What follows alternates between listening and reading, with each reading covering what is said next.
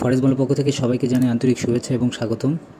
তো গত সপ্তাহে একটি অ্যানালাইসিস আপনাদের সঙ্গে শেয়ার করেছিলাম, উইকলি অ্যানালাইসিস গোল্ড মার্কেটের। তো সেই অ্যানালাইসিস অনুযায়ী গোল্ড মার্কেট মোটামুটি ওইভাবেই মার্কেট মুভ করেছে। তো আজকে অ্যানালাইসিস করব এই সপ্তাহে গোল্ড মার্কেট কোন পজিশনে যেতে পারে বা কোন কোন পজিশনে আপনারা এন্ট্রি নিলে আপনাদের প্রফিটটি হবে, এসএলটি কম হবে। তো এখানে দেখুন আমি কয়েকটা পয়েন্ট আমি তৈরি করে রেখেছি।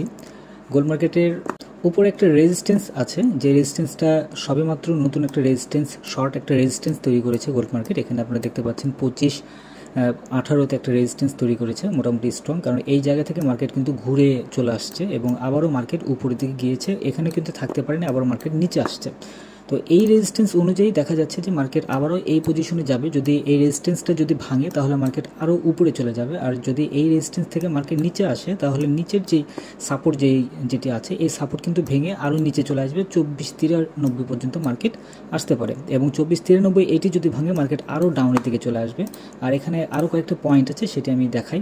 এই পয়েন্টগুলো আপনারা একটু মনে রাখেন। যেমন ধরুন এখানে 25-18 একটা পয়েন্ট রেজিস্ট্যান্সের, আর সাপোর্টের যে পয়েন্টটি সেটি হচ্ছে 25-3, এবং লাস্ট যে সাপোর্টটি আছে সেটি হচ্ছে 2493 যে সাপোর্টটি আছে। তো এখন দেখেন এখানে আরেকটা চার্ট আছে, সেই চার্টটি আমি লাইনটা টেনে রেখেছি।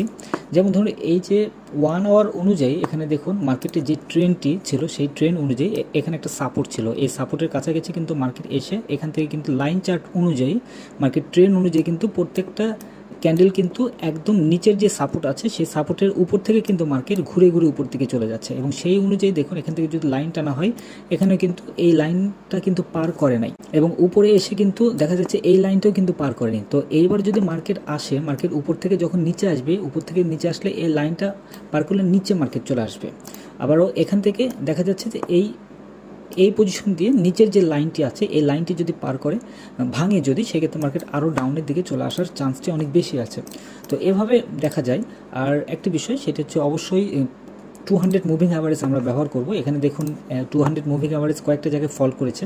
যেমন ধরুন এই যে 1 আওয়ার অনুযায়ী এখানে দেখুন এই মুভিং অ্যাভারেজটি কিন্তু এখানে ফল করেছে, মানে মুভিং অ্যাভারেজটি পার করে নিচে চলে আসছে। সো এই 1 আওয়ার অনুযায়ী মুভিং অ্যাভারেজ আমরা দেখব না, এখানেও মুভিং অ্যাভারেজ ফল করেছে।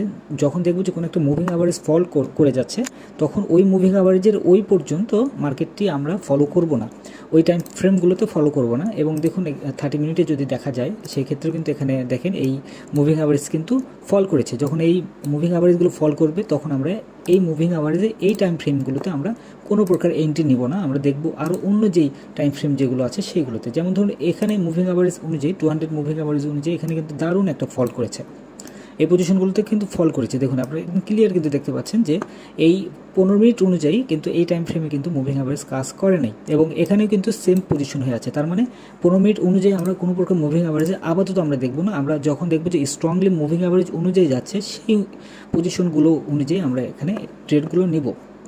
তাহলে এখানে 15 মিনিট, 30 মিনিট এবং 1 আওয়ার অনুযায়ী কিন্তু কাজ করছে না, বাট এখানে দেখুন 4 আওয়ার অনুযায়ী কিন্তু দেখা যাচ্ছে যে আবার মুভিং অ্যাভারেজ অনুযায়ী কিন্তু যাচ্ছে।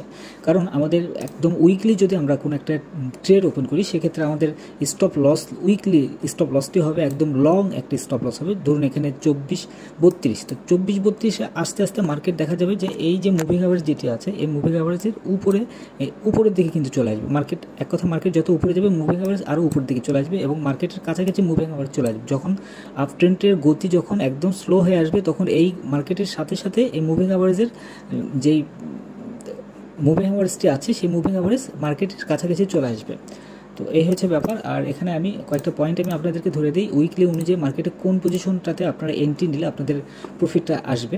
যেমন এই সপ্তাহে সর্বোচ্চ লেভেল ধরুন আমি ধরে নেই যে এখানে এই পজিশন পর্যন্ত আসতে পারে, 2470 পর্যন্ত মার্কেট আসতে পারে। এরপরে মার্কেট আরও উপরের দিকে যাবে, মানে আপের দিকে মার্কেট আপ গতিটা অনেক বেশি আছে, কিন্তু আপে এই সপ্তাহে গেলেও একদম খুব বেশি উপরে যাবে না। এই সপ্তাহে মার্কেট সাইডওয়ে মার্কেট হয়ে থাকবে। যেমন ধরুন এখানে সাইডওয়ে বলতে এখানে দেখুন কয়েকটা পয়েন্ট দেখায়।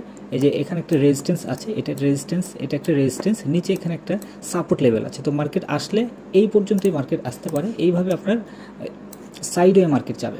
দেখুন আমি আরেকটু ক্লিয়ার বলি, এখানে সাইডওয়ে এইভাবেই মার্কেট যাবে এই সপ্তাহটা, এইভাবে এর মধ্যে মার্কেট সীমাবদ্ধ থাকবে আমার ধারণা অনুযায়ী। আর যদি নিচের যে সাপোর্টটি আছে এটি ভাঙলে মার্কেট নিচে পড়ে যাবে, বাট নিচে পড়ার চান্সটা অনেক কম আছে, মার্কেট আপে যাওয়ার চান্সটা অনেক বেশি আছে। আর উপরের যেই রেজিস্ট্যান্স যেটি আছে এই রেজিস্ট্যান্স ভাঙলে তো মার্কেট আরও অনেক বেশি উপরের দিকে চলে যাবে, এটা একদম ক্লিয়ার বোঝাই যাচ্ছে, আপনারা দেখলে হয়তো বুঝতে পারবেন। আর এখানে উইকলি ক্যান্ডেল অনুযায়ী একটা দেখুন, এখানে একটা স্পাইক করেছে, যেমন ধরুন এই যে এই পজিশনটাতে কিন্তু মার্কেট স্পাইক করেছে। এই স্পাইকটা করার কারণ মার্কেটের আপের যে গতিটা, আপের গতিটা অনেক বেশি আছে, অনেক স্ট্রং আছে, যার কারণে মার্কেট আপের দিকে যাওয়ার চান্সটা অনেক বেশি আছে। মার্কেট ডাউনে আসলেও আপনি যদি ব্যাকআপ দিয়ে রাখতে পারেন তাহলে মার্কেট আবারও আপের দিকে যাবে, তো এটা একদম ক্লিয়ার বোঝা যায়। এবং এখানে দেখুন মার্কেট ওপেন হওয়ার সঙ্গে সঙ্গে মার্কেট উপরের দিকে যাবে, কারণ এখানে একটা দেখুন একদম পিনবার তৈরি করেছে এখান থেকে মার্কেট, এর পরেরটা কিন্তু আবারও একটা পিন তৈরি করেছে এখানে। দেখুন আমি একটা জিনিস খেয়াল করে দেখাই আপনাদেরকে, এই যে এই পজিশনে দেখুন মার্কেট এই ক্যান্ডেলটা তৈরি হয়েছে কোথায়, এই ক্যান্ডেলের একদম এই মাঝামাঝিতে এখানে কিন্তু ক্যান্ডেলটা তৈরি হয়েছে, এবং এই ক্যান্ডেলটা কিন্তু তৈরি হয়েছে ঠিক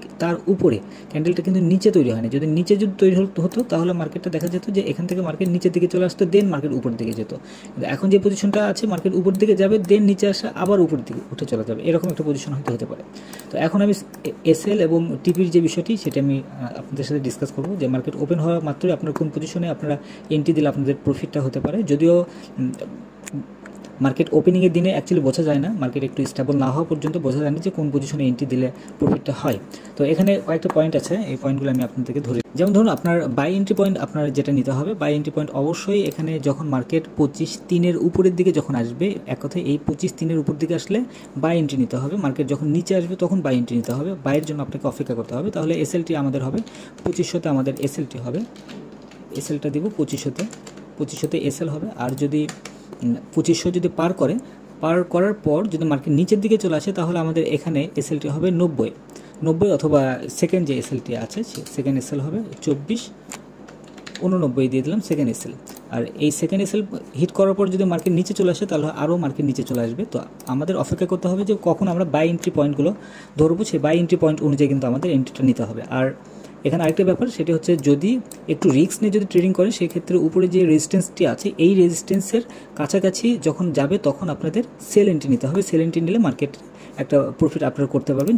যদিও সেল এন্ট্রি নেওয়াটা এখন একটু বোকামি হবে, কারণ এই পজিশনটাতে সেল এন্ট্রি নেওয়া যাবে না, একটু অপেক্ষা করতে হবে। তারপরেও যারা সেল এন্ট্রি নিতে চাচ্ছেন এসএলটি আপনারা ব্যবহার করবেন, খুব শর্ট একটা এসএল ব্যবহার করবেন। যেমন ধরুন এখানে এসএল ব্যবহার করতে পারেন 22 আপনারা এসএল ব্যবহার করতে পারেন। এখানে 22 এটা কিন্তু আপনার বাই এন্ট্রির ক্ষেত্রে এসএল পয়েন্টটা আমি শুধু বলে দিলাম। এখন বাই আপনারা কোন পজিশনে দেবেন সেটা আপনারা নিজেরা নির্ধারণ করে নেবেন। আর এখানে সেল এন্ট্রির ক্ষেত্রে এসএলটি হবে,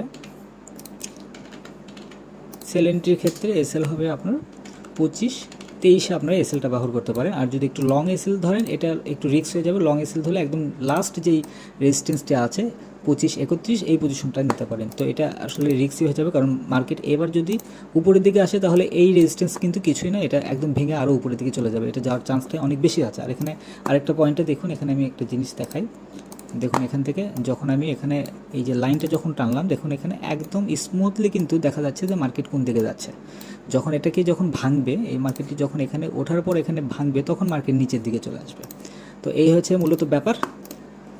তো ভিডিওটি যদি ভালো লেগে থাকে আর এই অ্যানালাইসিসগুলো যদি আপনাদের কাছে উপকারে এসে থাকে তাহলে অবশ্যই ফরেক্স বাংলা চ্যানেলটি সাবস্ক্রাইব করবেন এবং বেল বাটন হিট করবেন, আর টেলিগ্রাম পাবলিক চ্যানেলে জয়েন করবেন। আর যদি আরও স্পেশাল সার্ভিস বা স্পেশাল সিগন্যাল পেতে চান তাহলে অবশ্যই ভিআইপি চ্যানেলে জয়েন করবেন। ভিআইপি চ্যানেলে জয়েন করার জন্য কোনো প্রকার কস্টিং নেই, জাস্ট অ্যাকাউন্ট ওপেন করে ভিআইপি চ্যানেলে জয়েন করতে পারেন। ধন্যবাদ সবাইকে ফরেক্স বাংলার সঙ্গে থাকার জন্য।